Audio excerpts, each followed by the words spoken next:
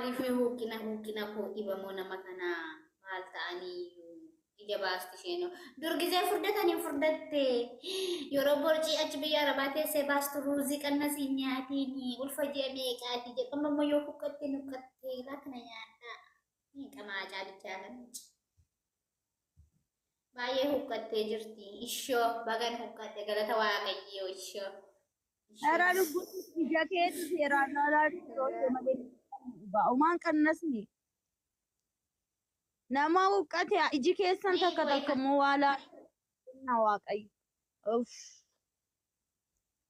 No, wanti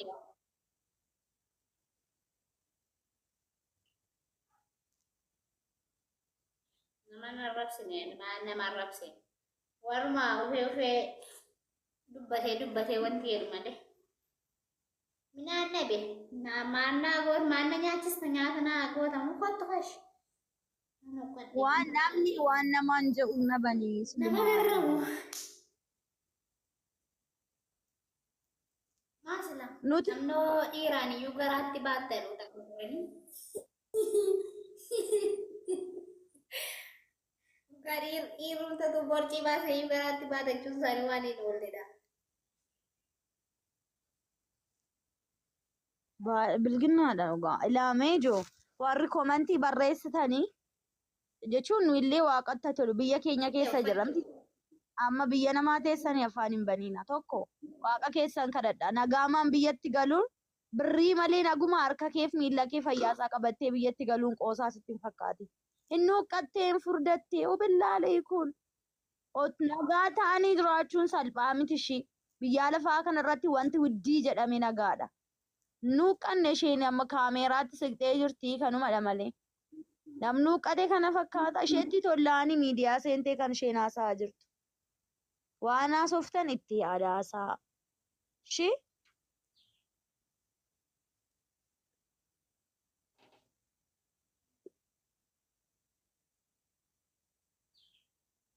sappoorti nama gochuu yaala edda biyya galtee akkami biyyi haalli jireenyaa jettanii nama gaafachuu istanii jechuudha. Amma edda biyya galtee irraa gangalattu maasii dhigeessi.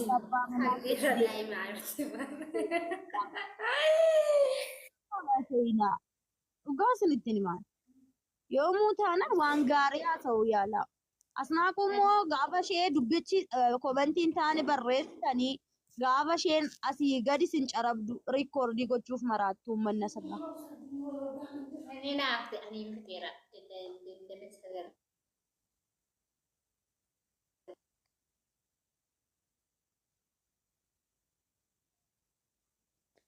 Ani jechuudha. Cinqillaati isaanii kana dadhabee mallaayibii hollaa irraa. Eolle shobboleetti daataa miti habiibti waayifaayi birrii 12,000 kan waggaa tokko guuttattafataa jedhaasin. Rakkinni hin jiru cinqiin hin jiru as. Nuyi waayifaayi birrii 12,000 kan waggaa tokko xiqxiq godhannee teenya. Daataa miti bareeddu.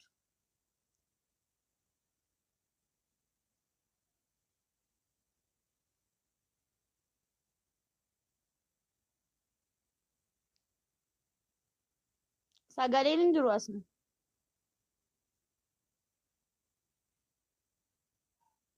Asnaaqu sagaleen hin jiru nageessu.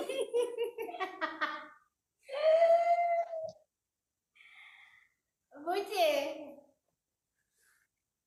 Amma hin dhaga'amu. Hanqee dhagaan jira amani. Sagaleen kee gidduutti badee ture kan taa'ee nama akkas taa'aa jiranii torkee iddoon sun dhaabata. Gaafa biyya arabaa turre kumni 50 kumni 30 dhiiraaf nu mararu waan ta'eef nuyi waayifaayi birrii 12,000 kan waggaa tokko guuttannee miila keenya walirra naqannee sin qixxee teenyee haasa'aa jira. Daataa miti. Daataan rakkisne habiibti.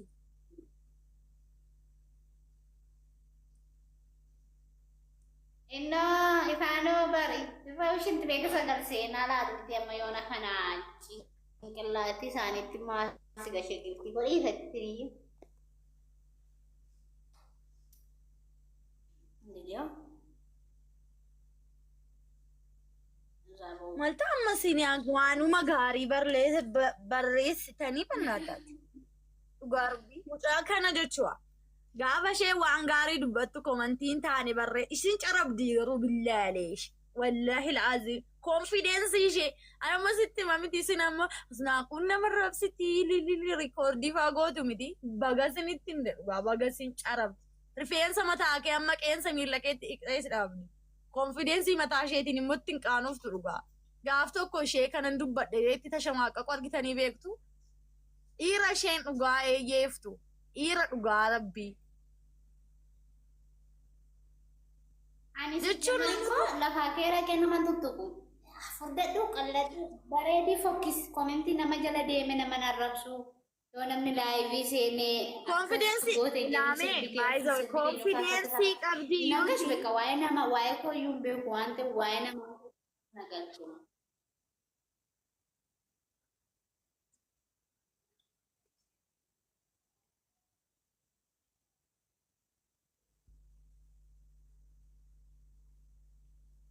Gaaf tokko isheen kanan dubbadhe dhiifama jettee beektu billaalee.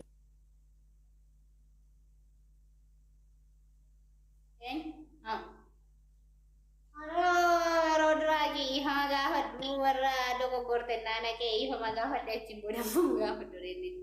Maafan gaafadha ofii ufanii narra bu'anii narra bu'u. Intaletti lakki asne rabbii Intalittiin ishee lammaafitti rarraasaa turte san akkam taate? Isheen eessa seente?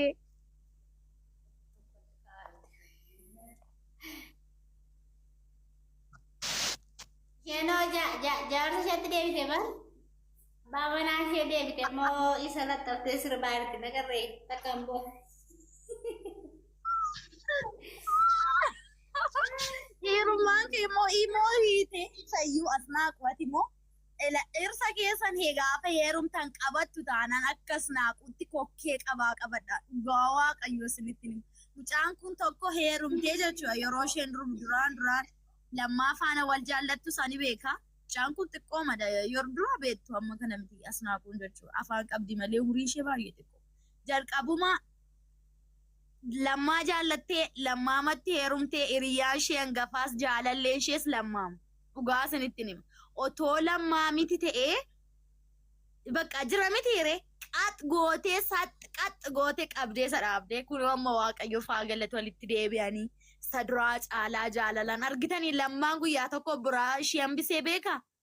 Dhiira qabachuu jechuun akkas gaafa dubartiin ufte gadi gadhiistanii kaatanii abbaa manaa keessan miidiyaatti baatanii hin jedhina.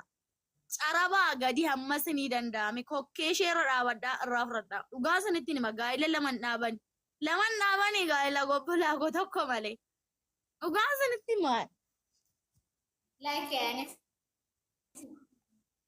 jammar jechuudha. Akkamitti dhiira tokkotti eegan heerumee ka'ee haqee kana abbaa manaa nama biraa muufti laxxafee sirba malee naannoo tulfaat akka kootti. Darbi saalibbu isaan akkam warra akkasii warra ulfinaan abbaa manaa tokkotti heerumee otoo hin taane warruma kara deemaa iddooma arganitti isuma abbaa manaa isaanii darban sanaamusan. Ikkoo abba ishanii sun immoo abbaa manaa keessa jammaa fuudhee mucaa ilmaa dashee qaba. Mucaan isaayyuu guddatee isheen otoo isheen nama sirrii taatee maaf irratti fuudhaan jedheen. Elaa amma immoo maal jetti beektaa lammaadhaan Adaamaatti galii bajaajisii bita jechaan turtanii ituma dhiira tokkootiyyuu dhiira bultoon barbaanneeti bajaajittii maa fedhee iyyuu sokka. Inni deekaa inni isheen didee bajaajii ishees maalii ishees inni.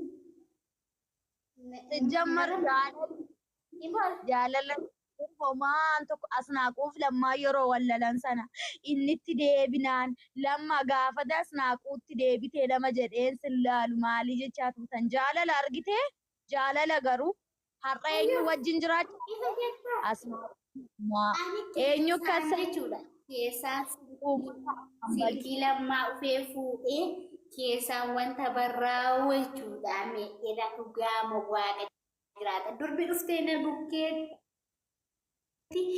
is beqas waa'ee wal jaallattu akkas naan jedhan isaan immoo dhaqanii yoo maqaa nyaattee abisheen dhaabatii durbatti bimee umurii kee madii maali waasaa jedhanii barreessanii fi wayya calluma tokko ishee billiitii ishee baasee eenyu ishee akka sareetti ilaalaa jira nama zinjee machuudha zinjee karaa wanti illee karaa messengerii illee karaa keessuma karaan tiktookii isa eenyutu qassare eenyu qaanee maasu eenyutu qaanee har'a isaan miti ati mana kee jiraachaa jirta baay'ee jireenya namaa keessa galuun sirrii miti uummata ko namnumti kamaa wal lolu abbaa manaa fi haadha manaa gidduu hin gad isaan kun immoo gwaaddanyaa yookiin kaappiloota haaraa toon taane nama wajjin jiraate waan meeqa invest godhee wajjin jiraate ture namadha walitti bu'anii namatu immoo gidduu isaanii gale kanaaf jechadha waan ta'eef isin waan akkasii gidduu galtanii har'an taazzabamina. Taazabaman malee lama jiraaree maa kanaan booda immoo alaana bidda bu'ee anamma jechuun ituun lamaa wajjin amma wadhiise iyyuu wadhiise hin jedhamu malee baguma achi biyya alaa taa'e wadhiisne irra hin ta'in hin jedhamu. Waaqa kan.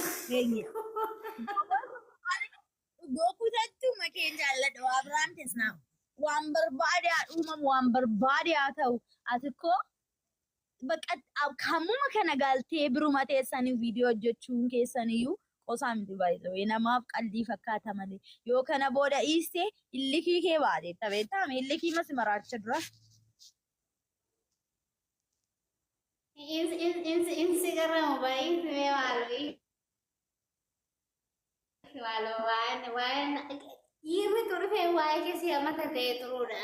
Achi koomentichaan miiseejii dhiiraa tokko yoo argine al tokko taa'anii waama isheenii dubartii akkamitti jireenya namaa gidduu seenti maatu na cannaqinaan yoo naa danda'ame ittiin siqa yoo ta'e walitti araarsu ittiin siqu taanaan immoo afaan koo qabadhee taa'u beeka kan nan gashine keessa maafan gada dhaqee barreessuu wallaalee osoo hin taane dubbachuu dadhabee osoo hin taane jireenya namaa gidduu galuun hin fokkisa horitti qaanofta innuu si taasisa ta'a yeroo ati itti barreessitu sana maatti beektaa.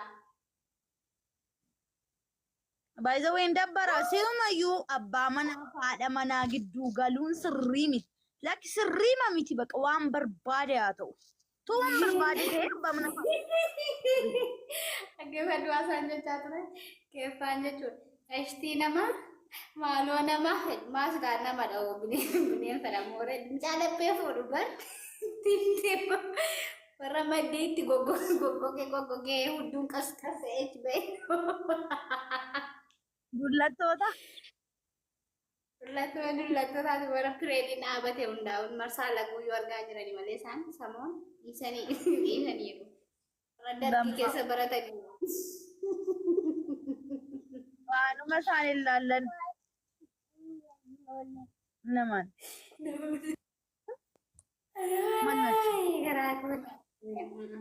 Waaqayyoo. Isaamee eenyuma jireenya.